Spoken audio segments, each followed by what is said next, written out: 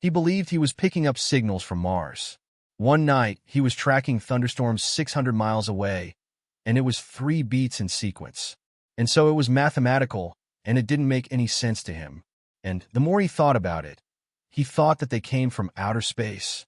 In the summer of 1903, a wooden tower on a Long Island bluff lit up the sky over Shoreham, and 3 men were standing close enough to hear the switches thrown. George Scherf kept the books. Coleman Seto worked the machines. Fritz Lohenstein ran the instruments. Every version of that night you have heard comes from a woman who does not exist on a tape nobody has ever produced. He built this lab where he could generate huge amounts of electricity and built this huge fence around it saying, "Keep out." The men who were actually there left something better. Letters, a diary, and one printed page published 16 years later, in which the tower's own inventor admits what it was really built to do. The night the sky over Shoreham caught fire. Shoreham in 1903 was potato fields and pine scrub and fewer than 1,000 people.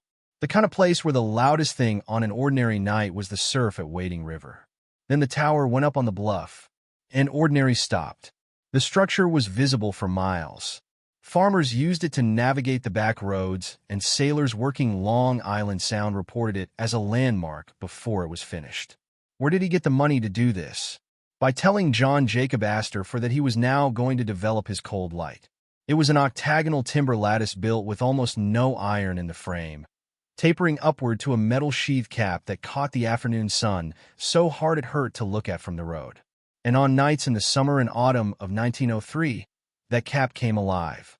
People came out of their houses to watch, standing in doorways and in the wet grass of their own yards with their heads tipped back, looking north toward the bluff, waiting for something they had no name for.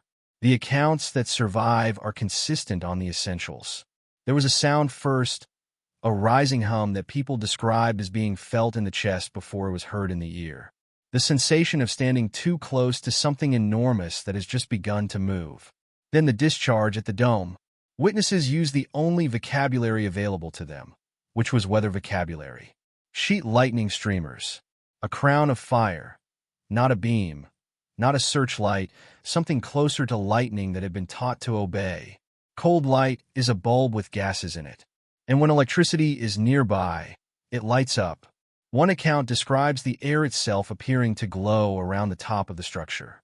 A corona that flickered and held rather than flashing and dying the way real lightning does. Lightning is over before the eye registers it.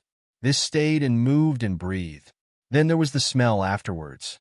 Ozone has a very particular sharpness to it, clean and metallic. The smell of the air immediately after a thunderstorm has passed overhead. Residents smelled it drifting down off the bluff on nights when there had been no storm at all on still clear evenings with not a cloud in the sky. If you want the version of this story where every witness has a name and every document can be looked up, subscribe now, because from here on this follows 3 identified men and nobody else. The witness who never existed. Before those 3 men can be introduced properly, a 4th has to be removed. The version that circulates online tells the story through a woman, an anonymous young engineer, a rarity in a man's field. Working at Tesla's side, she watches bulbs light in an empty field with no wire feeding them. She is sworn to silence. And in the last winter of her life in 1957, she sits alone with a borrowed Realtor recorder and finally speaks. There is no such tape, no estate sale providence, no archival trace, no restoration, no transcript predating the internet. The story is a modern invention, and it carries an obvious structural tell. A witness who cannot be named and cannot be checked can be made to say absolutely anything. The men who were actually there left paper. George Scherf was Tesla's secretary and bookkeeper across a span of decades, and their surviving correspondence runs to substantial volume. It sits in archive collections and is one of the most valuable sources on Tesla's working life precisely because so much of it is mundane. Scherf wrote about wages, about suppliers, about bills that could not be paid. Coleman Seto was Tesla's assistant and machinist, present through the Colorado Springs work, the man who stood at the switches on Tesla's instruction and watched the results from closer range than almost anybody then alive. Without using wires, without using any other means of transmission than the earth. He wanted to send electrical power and wireless messages around the globe. And he believed he could do this based on the experiments he had conducted in Colorado Springs. Fritz Lowenstein was an engineer who worked with Tesla at Colorado Springs and afterwards, and who went on to a significant career in radio, holding important patents in vacuum tube circuitry. He was no mystic. He was a working engineer who happened to be standing in the room. And none of the three describes suppression. None describes agents at the tree-in or a switch thrown back in fear. What they describe is stranger and considerably sadder. And it starts with who they were working for. The man who thought in current. Nikola Tesla arrived in New York in 1884 with very little money and a letter of introduction. What he had instead was a solution to a problem that had beaten everybody. Direct current. The system Thomas Edison had built his business upon carries a fatal limitation. It does not travel. Sent any distance down a wire, it bleeds away as heat. In practice, that meant a generating station roughly every mile. Electrifying a country that way was not economics. It was arithmetic that never closed. Alternating current travels. Step the voltage up for the journey. The year is 1919. Tesla is 63. Wardenclyffe has been gone for 2 years, taken apart and sold. Morgan has been dead since 1913. Moroni has a Nobel Prize. The wireless industry Tesla believed he had founded has been built by other men on other patents. And the inventor is living in hotels, moving when the bills mount, steadily losing the benefit of the doubt.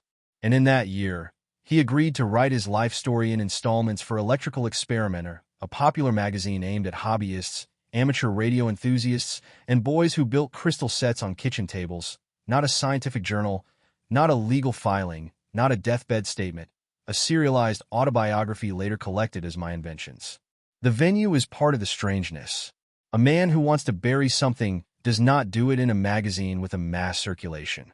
A man protecting a reputation writes carefully in installments like these. And across the series, Tesla is often doing exactly that, polishing the legend, recounting the visions and the childhood illnesses and the flash of insight in Budapest. And then writing about Wardenclyffe, he stops polishing. He also intended to have a manufacturing facility, but J.P. Morgan's $150,000 was never going to complete what Tesla had in mind. He stated plainly that when he approached Morgan, he did not disclose the true nature of the project. He described the plan he had actually intended to carry out as the wireless transmission of power, and he acknowledged that this was not what his backer had agreed to fund. It resolves the central puzzle of the entire story without requiring a single anonymous source or a single missing tape. The historical record calls Wardenclyffe a wireless telegraphy station because that is what the funding paperwork said it was. Tesla himself, 16 years later in print under his own name in a magazine anybody could buy, said the paperwork did not describe what he was building. That is not a conspiracy theory. That is a confession. It also reframes the collapse. The popular version has Morgan discovering the true purpose and pulling the plug in horror to protect the copper and the coal. The documented version is worse for Tesla and more human. He undersold the project to get the money. He could not deliver what he had promised on the budget he had accepted. He asked for more to fund a project his backer had never agreed to, and was refused by a man with every commercial reason to refuse him. Nobody had to suppress anything. It fell apart on its own. In the ordinary way, overreaching projects fall apart. And the ordinary way is tragic enough, but that leaves the harder question untouched. Morgan's refusal explains why Wardenclyffe was never finished. It explains nothing about what the people of Shore watched from their yards on the nights the tower was fired. For that, the trail runs west 4 years earlier to a shed on a plateau at 6,000 feet, Colorado Springs, 1899. In May 1899, Tesla went to Colorado Springs, funded partly by John Jacob Astor, and built an experimental station on Nob Hill, a wooden barn with a roof that rolled back on rails and a mast rising out of the opening, housing what was effectively the largest resonant transformer anybody had ever constructed. He stayed until January 1900 and kept a diary throughout. That diary survives, was published, and is a technical document rather than a memoir, which makes it considerably more valuable. He produced artificial lightning. The discharges from the mast were reported at lengths well over 100 feet with thunder audible miles away down in the town. The roof would be drawn back, the mast run up into the thin mountain air, and the building would begin to make a noise people could hear from their front steps. The ground around the station became dangerous. He described sparks jumping from the earth to the feet of people walking near the building and the necessity of thick-soled shoes for anyone approaching. The soil itself had been made live. Butterflies, he wrote, were caught in the field and circled in the charged air with their wings trailing light, turning slowly in a glow that was not sunlight. And there was the incident that ended his welcome. He drew so much load that he burned out the generator at the El Paso Electric Company power station in town, after which he had to repair it himself before they would give him power again. Colorado Springs sat in darkness because one man on a hill had asked the grid for more than it had. His goal was to try and sell something so he could get the money, go back to Wardenclyffe, and complete his baby, which was a world global system to transmit light, voice, pictures, and power to all points of the globe. He also reported lighting lamps at a distance without wires. This is the claim on which the version that circulates online rests everything, and it is worth being exact about what is in the record. Tesla's own accounts describe lighting incandescent lamps at distance from the station, with figures of up to about 25 m appearing in some of his later statements. There is no independent instrumented confirmation from a third party of lamps lit at 25 m. What exists instead is a mechanism that unquestionably works at short range and can be watched working today.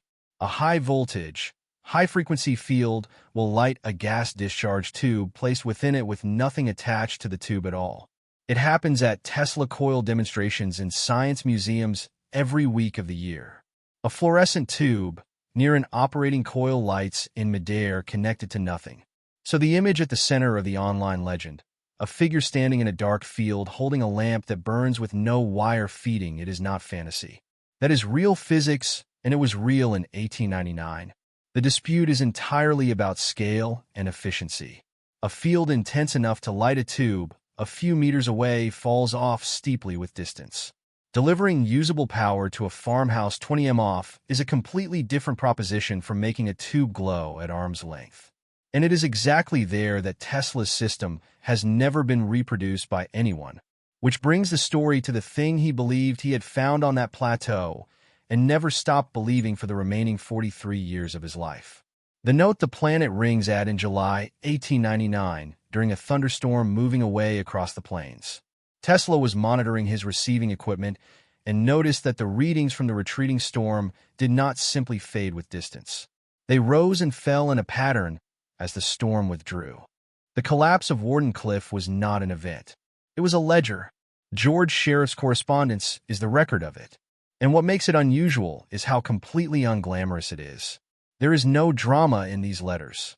There is arithmetic, amounts owed, amounts received, and the widening space between them month after month in the handwriting of a man whose job was to make the numbers reconcile and who could no longer make them reconcile. Sheriff wrote about wages that could not be met, about suppliers who would no longer extend terms, about accounts past the point where a polite letter would settle them.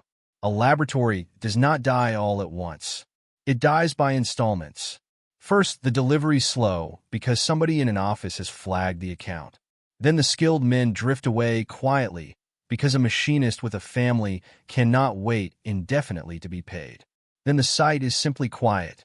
The letters document a man carrying that for his employer and shielding him from it, handling the creditors, managing the sequence in which people were disappointed, keeping the operation upright long past the point where the arithmetic said it should have folded. And Sheriff kept doing it after the money for doing it had stopped being reliable, which is a decision no ledger can account for. What the end of Wardenclyffe felt like from the inside is in those letters, and it is not what the legend promises. There are no agents at the Trian. There is no midnight order to burn the notes. There is a bookkeeper writing to a supplier about an outstanding balance, and writing again the following month, and writing again. They describe money running out slowly, and then all at once.